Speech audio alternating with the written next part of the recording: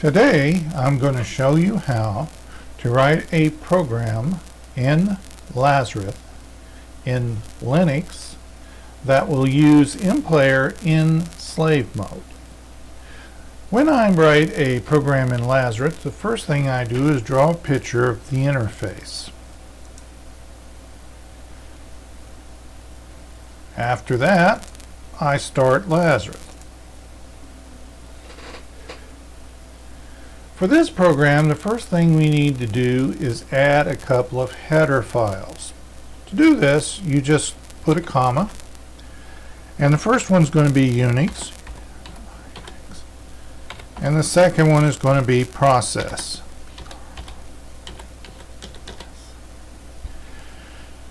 Under variables, we're going to put any global variables that we might be interested in. And in our case, the global variable is this one.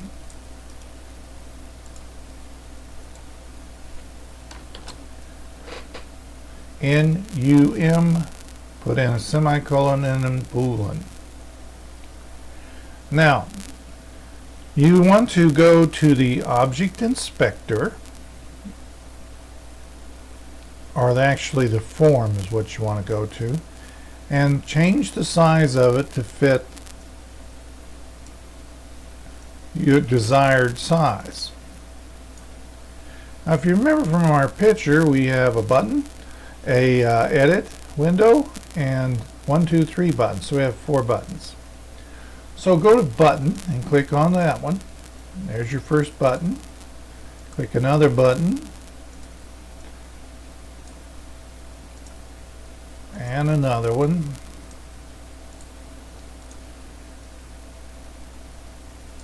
So you can get it all pretty like you want.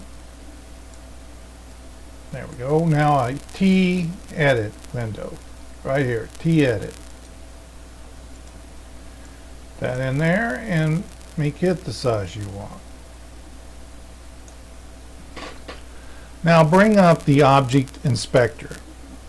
That will be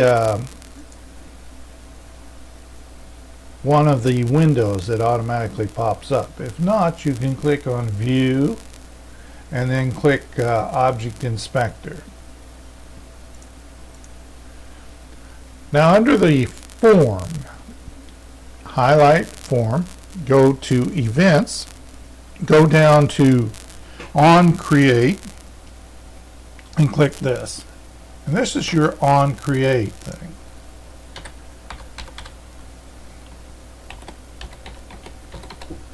Label your stuff so you'll know what they do. And go back to your form and click on your first button. Go down to your object inspector, click properties, go down to this and put in browse.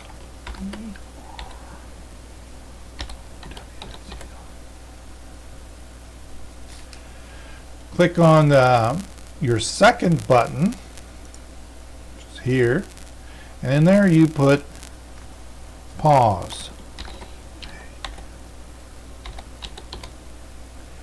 And on your third button, you want to put play.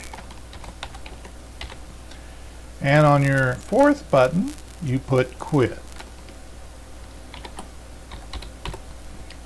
Now your interface is almost finished. Click on your edit and go down to text and remove that. Now your form is finished. So what we do next, now go to your create function and after the name and before begin, put VAR. That stands for variable. And in VAR, we're going to put a process object. We're calling our process object a process. You got a little semicolon, and this is the name of the actual object that we're creating. Now under begin, we need to actually create the object.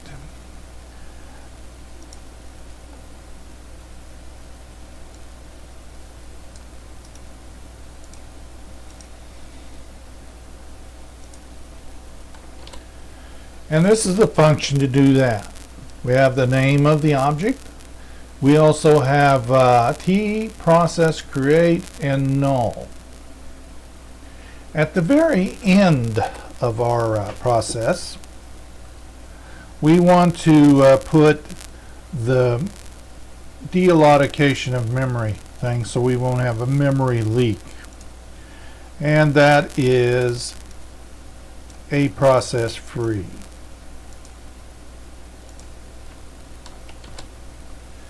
That frees the memory that's being used. Let's go back to the top, and we're going to start writing in our code. First thing we need to do is we need to create a named pipe. A named pipe is a way of communicating between two programs. It is duplex, which means it goes in both directions. You can read to it and you can write to it. This is basically a virtual file. Now the first thing we need to do is to tell the operating system that we're actually going to create a named pipe. And that's what this does. A process executable equals MKFIFO. That stands for make pipe first in, first out.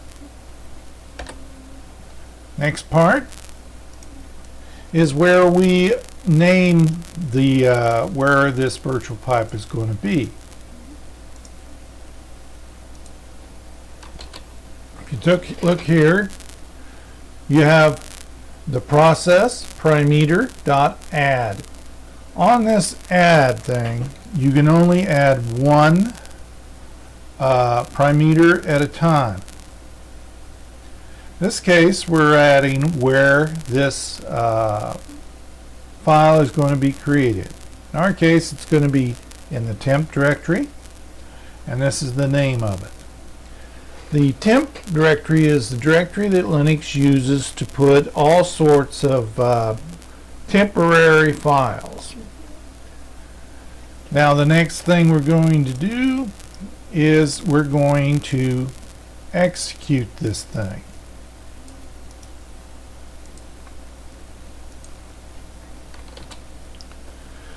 So here's what you got. You've created a process. You created an object, and it's called a process. Here you've actually created the object. In other words, you've given it memory. Next thing we do is we're going to execute a Linux internal command that will create a pipe, a named pipe. And this is where the virtual file is going to be that's going to pass back and forth information from your program to Mplayer. And now we've executed the thing. Down here we free the memory that we've used when we created our own object. If you drop a T process onto your screen, onto your form, you don't have to free that object because it'll do it itself. Now the next thing we need to do is we're going to add to the text window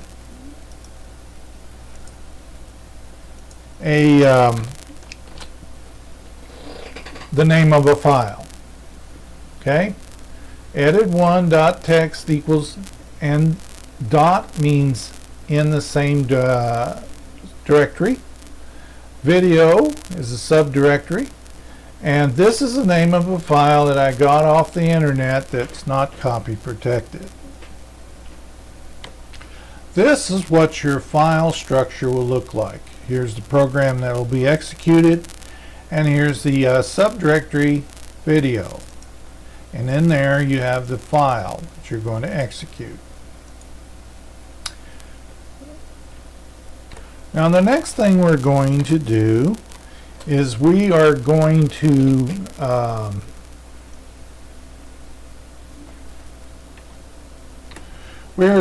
set the boolean value num that we created earlier to false. And that's all we're going to do here. Now I advise you to save your file right now. Best way to do that is to go up to Project, Save Project. It'll ask you where. In our case, we're going to call this Mplayer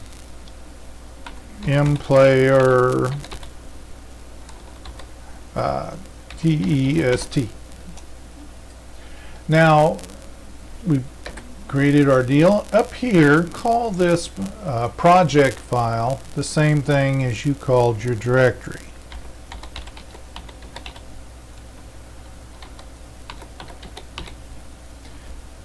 Press enter. Now it's asking you about unit 1 and just save unit 1.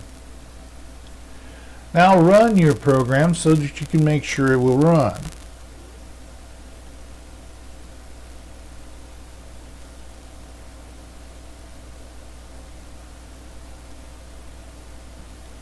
The way you run your program is you press F9. Now we're going to write the code for the play button. In here we're going to create a variable called a process, just like we did above. Because this is inside of the function or process, whichever one you want to call it, it is local, not global. So as soon as the process ends running, this will be deleted and you'll not be able to use it again. That's why you can use the same name over and over again. Now the next thing we're going to do is create this object, right?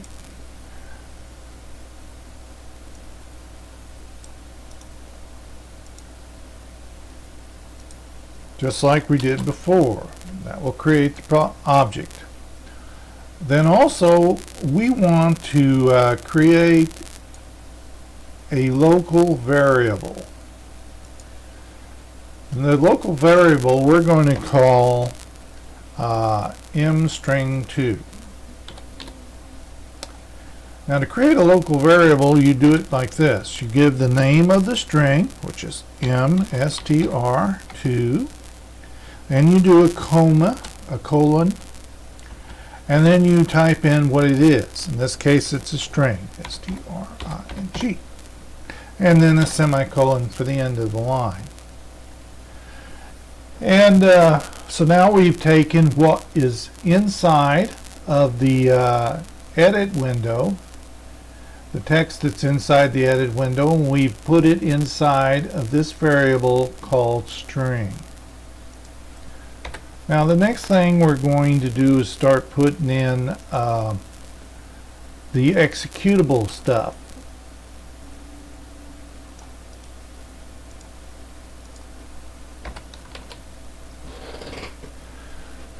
Now the name of the executable we're executing, of course, is mplayer. The add parameter thing here is telling it to be idle, which means the window doesn't close after the file has been played. The next thing is we're telling it to go into slave mode, and then we're telling it to go into input mode. Obviously I forgot the thing to tell it that these are strings. Do not use spaces. Do not put multiple things on the same line. In other words, don't put slave and input on the same line and just put a space between them. It won't work. The next thing is we're going to tell it what is it going to be communicating with inside this slave mode. And of course it's the same file we created right up here. Then last we have the variable that we created up here, which will be the name of the video file. Now we're obviously going to have to execute this thing and free the memory.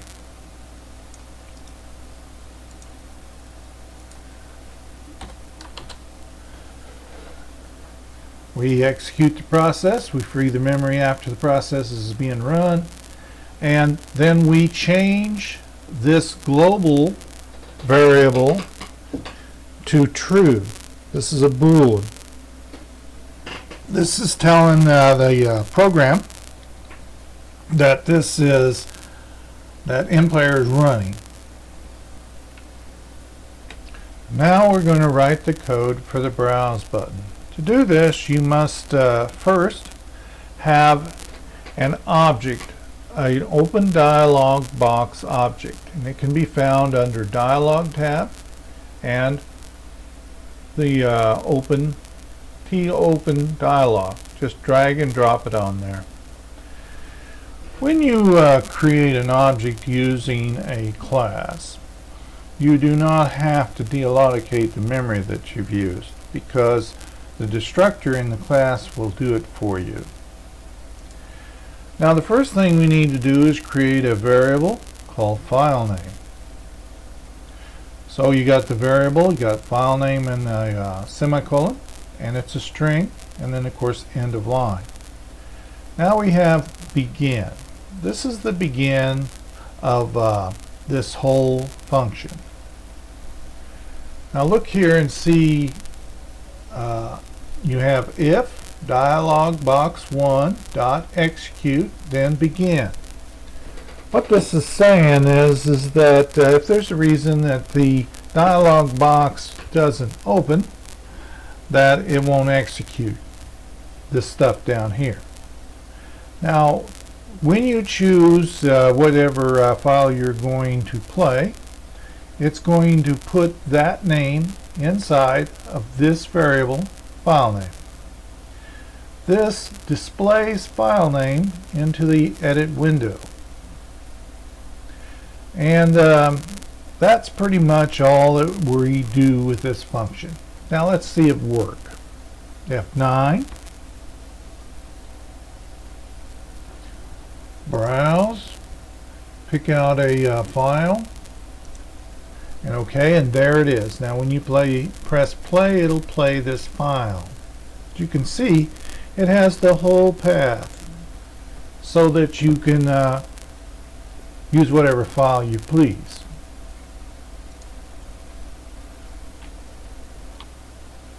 Now if you have pressed escape while the Mplayer is in focus, Mplayer window will close and the program will not know that it has ended, that Mplayer is closed.